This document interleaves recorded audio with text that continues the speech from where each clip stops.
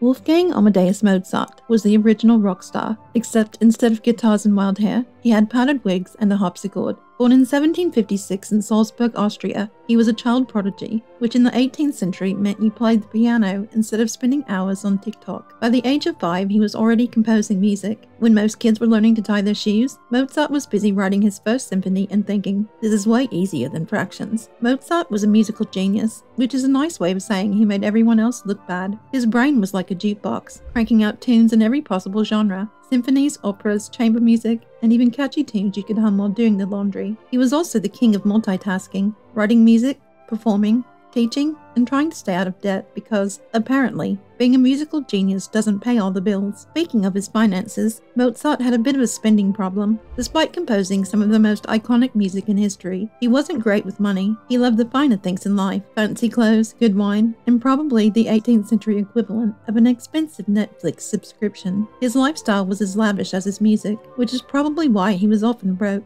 Imagine Mozart opening his wallet and seeing moths fly out while humming one of his own sadder tunes. Mozart's personal life was just as colorful. He had a wild sense of humor. Think dad jokes mixed with middle school humor. He loved writing letters filled with wordplay and scatological jokes. Yep, even Mozart couldn't resist a good poop joke. He married Constance Weber, who was like the Yoko Ono of the classical music world, minus the breaking up the band part. Together, they had 6 children, but only 2 survived past infancy, because the 18th century was a never-ending episode of Game of Thrones. Despite his short life, he died at 35. Mozart cranked out more than 600 pieces of music, including The Magic Flute, Don Giovanni, and Ein klein Nachtmusik, which translates to A Little Night Music, but sounds way cooler in German.